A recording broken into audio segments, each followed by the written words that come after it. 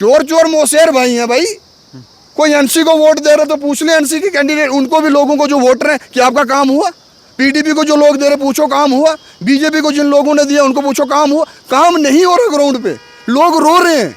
रोडों के जाल कहाँ है हमें भी देखने हैं भाई। हम भी तो पिछले 10 दिन से घूम रहे हैं, टांगे टूट गई पैदल चल चल के। पूछो ना कहाँ है जाल, कहाँ बिछाए उन्होंने? अपने घर के लिए टाइलें लगाई होंगी, या इनके घर में जो मंडल प्रधान है, जो उनके चाटुकार लोग अपने अपने एरिया में पंचायतों में बैठे, उनके घर हो सकता है 1.5 लाख के झूमर लगे हो। लेकिन मैं जो वोटर हैं, जो इनको ताकत देते हैं असेंबली में पहुंचने की, उनके घर के पेंट निकल गए हैं। ये हालात बने। जो खाली मंडल प्रधान है उनके घरों में झूमर लगे होंगे। जनाब, जम्मू प्रोविंस जो है ना, 10 डिस्ट्रिक्ट, कश्मीर से अलग कर दो भैया। बस बड़ा हो गया कश्मीर का जुल्म। हर बार आके हमारे सिर पे जो है कश्मीर का चीफ मिनिस्टर बैठता है। ऐसी क्या बात? और कश्मीर के बारे में सोच, आतंकवादी वहाँ होते हैं, पथराव वहाँ होता है, यहाँ हिंदू मुसलमान को बदनाम होना पड़ता है। मसले वहाँ क्रिएट होते हैं, भुगतना हम लोगों को पड़ता है। जम्मू प्रोविंस मतलब 10 डिस्ट्रिक्ट। 10 डिस्ट्रिक्ट में खाली हिंदू नहीं आता, रजौरी, पीर पंचाल, ये सारा एरिया मुस्लिम है। डिस्ट्रिक्ट डोडा में भी मुस्लिम है। हम जम्मू प्रोविंस की बात कर रहे हैं कि जम्मू के लोगों को भी भैया डेवलपमेंट का मौका दो। अब टूरिस्ट का टाइम आया, यहाँ पे टेररिज्म आ गए। अभी मैं सुन रहा हूँ किश्तवाड़ में एनकाउंटर छात्रों में चल रहा है। भद्रवाह कॉन्स्टिट्यूएंसी से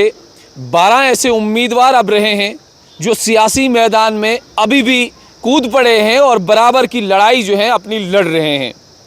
हम आप तमाम लोगों से बात करवाना चाहते हैं और हमेशा ये उम्मीद भी रखते हैं कि जितने भी कंटेस्टिंग कैंडिडेट हैं वो आप तमाम लोगों से हम रूबरू करवाएं, उनसे बातचीत करें और ये जानने की कोशिश करें कि आखिर इनकी आइडियोलॉजीज़ क्या है, इनका मैनिफेस्टो क्या है, इनकी पॉलिसीज़ एंड प्रोग्राम्स क्या है। आज मेरे साथ एकम सनातन भारत दल से मनोज कुमार पादा है, जिन्होंने एमपी इलेक्शन कॉन्टेस्ट किया, उसके बाद करीबन 7,500 के आसपास वोट भी लिया और आज की तारीख में भद्रवाह कॉन्स्टिट्यूएंसी से फिर से एक बार मेंबर ऑफ लेजिस्लेटिव असेंबली का चुनाव लड़ने जा रहे हैं।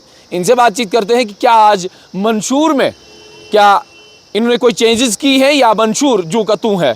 मनोज, मुझे ये बताओ कि जिस तरीके से आपका एकम सनातन भारत दल का जो पहले मैनिफेस्टो था, क्या वही मैनिफेस्टो आप यहाँ भी लेजिस्लेटिव असेंबली में लेके आए हैं या कोई चेंजेस लेके आए हैं? देखिए, सेम उसी मैनिफेस्टो पे हम काम कर रहे हैं, लेकिन कुछ ऐसे मसले हैं जो लोकल मसले अपनी कॉन्स्टिट्यूंसी के हैं। मैं बड़ा हैरान हूँ कि लोग तो बड़े बड़े मैनिफेस्टो बना रहे हैं, लेकिन आज भी जब मैं गांव में जाता हूँ ना, वो 47 की ज़िंदगी वो लोग जी रहे हैं। लकड़ी के पोल हैं जनाब। क्या मैनिफेस्टो आप लोगों को दिखा रही भाजपा, कांग्रेस, एनसी? तुम ही लोगों ने हमेशा यहाँ राज किया। एकम सनातन भारत या दूसरी पार्टी, कोई नई पार्टियाँ जो, उन्होंने तो यहाँ कोई राज नहीं किया। आप लोगों को एमएलए भेजा था, एनसी हो, कांग्रेस हो, पीडीपी हो। छतों पे लोगों की तारों के जंजाल बिछे हुए हैं, लकड़ी के पोल हैं, वो भी आधे आधे। अब किस पे वो कब गिरेंगे कोई पता नहीं, उनके वो पेपड़े निकल चुके हैं। आप किस मैनिफेस्टो की, मैं बड़ी बड़ी नेशनल की बातें करूँगा, बड़े बड़े मैनिफेस्टो की बात करूँगा। आमिर जी, बहुत बुरा हाल है ग्राउंड लेवल पे। आप जाओ, टांगे टूट चुकी हैं, रोड्स नहीं है, पक्के पाथ्स नहीं है। और खासकर मैं भाजपा को इसलिए बोलता हूँ कि भाजपा से लोगों ने उम्मीद की थी कि भाजपा काम करेगी। हमने जी रोडों के जाल बिछा दिए। अब आप देखिए, ढल्ला गांव चिराला में मैं वहाँ गया, वहाँ के लोग रो रहे हैं।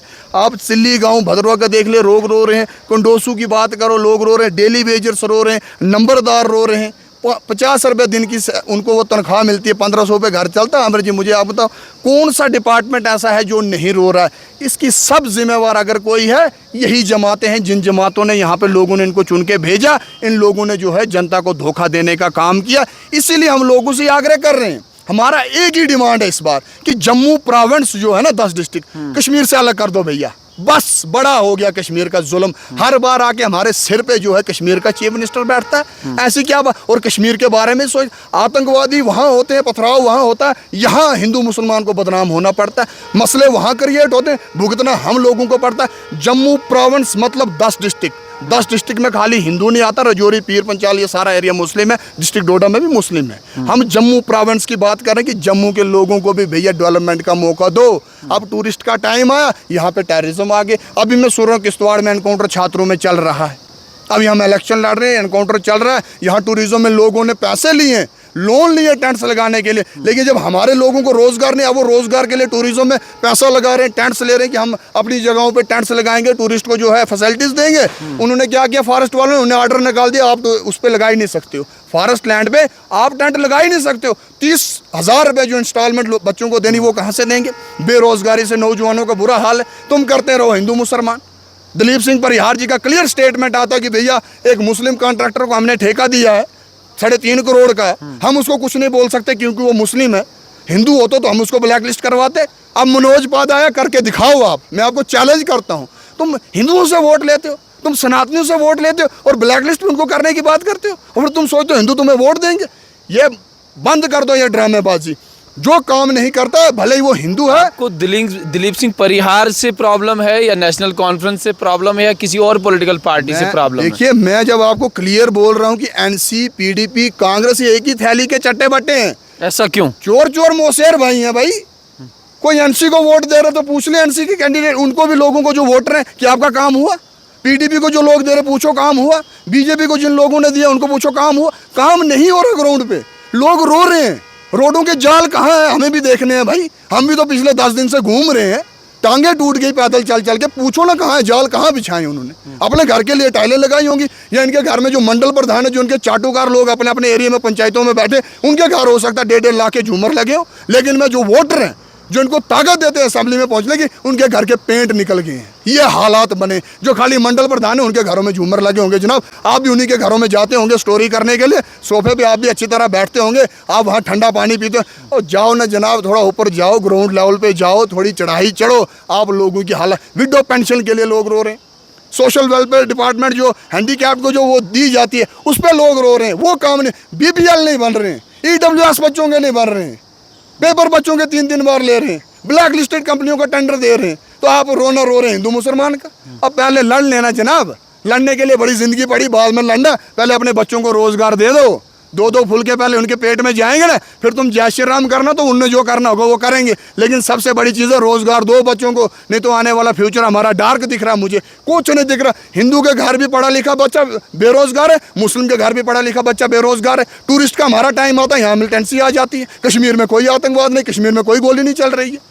ये चक्कर क्या है? सेंटर ऑफ पावर जब तक कश्मीर है तब तक जम्मू का भला नहीं हो सकता। एकम सनातन भारत दल क्लियर बोल रहा है कि सेंटर ऑफ पावर जब तक कश्मीर नहीं, क्या कश्मीर के अलावा भारतीय जनता पार्टी जो सेंट्रल गवर्नमेंट है, क्या उसका कोई रोल नहीं बनता है टेररिज्म को कर्ब करने का? तो वो तो कह रहे हैं कि हमने खत्म कर दिया, तो ये कहाँ से आ रहा है? हम भी तो सवाल उनसे कर रहे हैं ना भाई, कहाँ से? आप किससे सवाल कर? आप तो कश्मीरियों से ही हमेशा सवाल करते हैं। मैं कश्मीरियों से सवाल नहीं कर रहा हूँ आमिर जी, इस चीज को समझे, ये बहुत टेक्निकल चीज है। जब तक सेंटर ऑफ पावर कश्मीर रहेगा हमारा भला नहीं होगा। आप जानते हैं कि जो कश्मीर का चीफ मिनिस्टर बनेगा हमारा भला करेगा। यहाँ पे अगर आज़ाद साहब 2.5 साल के बाद उनको खत्म कर दिया, वहाँ की लॉबी इतनी स्ट्रांग है कि निकाल दिया, 2.5 साल में गिरा दी सरकार। तो इस चीज़ को हमको समझना है। 70 साल हमने कश्मीर का जुल्म सहा है, अब नहीं सहेंगे। बुजुर्गों ने सह लिया, अब हम पढ़े लिखे नौजवान जम्मू गुलाम नबी आजाद की आप तरफदारी कर रहे हैं कि खिताब चिनाब से थे वो, और उन्होंने अच्छे काम किए हैं और 2.5 साल का उनका कार्यकाल आपको पसंद आ गया। कश्मीरी बजने नहीं देगा जम्मू प्रोविंस के किसी भी लीडर को, ये समझो। मैं कोई DPAP का यहाँ प्रवक्ता नहीं हूँ जो मेरे को बोल रहे मैं तरफदारी कर रहा हूँ। मैं आपको ये चीज़ क्लियर कर रहा हूँ कि कश्मीरी लॉबी जो है, कश्मीर के जो पॉलिटिशियन है, वो जम्मू प्रोविंस को किसी लिस्ट में नहीं रखते। अगर आपको अपने बच्चों को रोज़गार देना, यहाँ डेवलपमेंट करनी है, तो जम्मू प्रोविंस के जो 10 ज़िले हैं उनको अलग करना पड़ेगा। कश्मीर को UT बना के सेंट्रल गवर्नमेंट अपने पास उसका कंट्रोल रखे। जनाब आज तो सुनने में ऐसे आ रहा है टेरर फंडिंग वाले लोग बाहर आ गए तिहाड़ जेल से। ये कौन करा रहा है? सरकार से नहीं पूछेंगे, किससे पूछेंगे? वो लोग टेरर फंडिंग में अगर जेल में होते, आज वो बाहर है। अब वो अपने कैंडिडेट्स को लड़ाएंगे कहीं ना कहीं भाजपा अब उसके साथ जो है सरकार बनाने की फिराक में। आप इंजीनियर रशीद की बात करें, जिसकी भी आप जानते हैं कौन है, वो देश विरोधी लोग हैं। टेरर फंडिंग में वो लोग पाए जाते हैं, तिहाड़ जेल से बाहर निकल जाते हैं। अब कहीं ना कहीं उनकी फिलाक में कि उनके साथ भी हम सरकार बनाए, कैंडिडेट्स उन्हें डाल दिए। जमातों के साथ जाके एक सरकार बनाने की फिराक में जो PDP के साथ जा सकते हैं वो इनके साथ भी जा सकते हैं, वो NC के साथ भी जा सकते हैं। लेकिन हम लोगों को, सनातनी लोगों को बेवकूफ़ बनाया जाता है। अब सनातनी बेवकूफ़ नहीं बनेंगे। आप लिख के लो, जब 8 तारीख को ये रिजल्ट आएगा ना, इसका बांसुरी बजेगी। लोगों को समझ आ चुका है। ओपन जो लोग हमारे साथ कंपेनिंग में चल रहे हैं उनको थ्रेटनिंग कर रहे हो तुम लोग। तुम उनको फ़ोन करके बोल रहे हो तुम मनोज के साथ कंपेनिंग में जा रहे हो। तुम्हारी क्या औकात है भाई? तुम काम नहीं कर रहे हो। काम करोगे तो लोग नहीं बोलेंगे। तुम्हारे ऊपर तो पथराव तक हो गए कई जगह पे। तुम तो लोगों को भगा रहे, तुम लोग तुम्हें भगा रहे अपने गाँव से। उस चीज़ को समझो। जो नई पंचायतें, जो नए एरिया जो है, डोडा से शांगड़ू हो गया, कांडोत परनोत हो गया, उन लोगों को बेवकूफ़ बनाया जा रहा है कि भैया आप हमें वोट दो, देखो ज़रा भद्रों में हमने कितना काम किया। मैं चैलेंज करता हूँ, घुसो ना भद्रों के किसी गांव में, आप उन लोगों को बेवकूफ़ बना रहे जो डिलिमिटेशन के बाद हमारे साथ एरिया जुड़े, उनको जाके बेवकूफ़ बनाया जा रहा। जब मैं उन लोगों के पास गया, मैंने बोला जनाब आप डोडा में होते क्या आप शक्ति परिवार को वोट दे? बोलते कभी नहीं। मैंने बोला वही हाल यहाँ भी है। भद्रा में आपका कोई रिश्तेदार है रिलेशन में, उसको फ़ोन करके पूछो कि कितना काम हुआ है, कितना रोज़गार बच्चों को दिया। जो गरीब है वो गरीब की मौत मर रहा है। ऐसी हालात बनी हुई हाई रीचेज में जो लोग हमारे रहते हैं भूखे न मर जाएं। मुझे ये बताओ मनोज कि आखिरकार आपका मैसेज क्या रहेगा और किस चीज़ को लेके आपको वोट देंगे? देखिए परिवर्तन बहुत ज़रूरी है, ये प्रकृति का नियम होता है। अगर दिन को धूप थी तो अभी रात भी होगी, दिन है तो रात है, प्रकृति का नियम है। आपको बदलाव करना पड़ेगा। ये लोग तो मुंह पे बोल रहे हैं कि बीजेपी के अलावा हिंदू जाएगा कहाँ? क्यों? तुम लोगों का गुलाम है क्या हिंदू? तुम लोगों को जुल्म सहने के लिए बैठा क्या ये हिंदू? तुम वोट लोगे, काम नहीं करोगे तो चेंज किया जाएगा। उसका विकल्प है एकम सनातन भारत दल। हम सनातन संस्कृति सभ्यता और धर्म से शक्तिकरण के लिए बात करते हैं। जब आपने एमपी के समय भी मेरा इंटरव्यू किया तो मैंने क्लियर किया था कि भैया मस्जिद का कंट्रोल मुस्लिम्स के पास है। ठीक है, मुस्लिम अपने हिसाब से उस पैसे को यूटिलाइज करते, हमारे मंदिरों का पैसा भी फ्री करे सरकार। हम भी अपने सनातन से शक्तिकरण में लगाना चाहते हैं, लेकिन इस चीज़ को बड़ा घुमा के दिखाया जाता है। इस चीज़ को ऐसे ट्रेंड किया जाता है कि मनोज मुस्लिम के खिलाफ है। अरे भाई मैं अपने हक की लड़ाई लड़ रहा हूँ और मैं गिरेबान खींच के लूँगा। मैं भीख नहीं मांगूंगा असेंबली में जाके।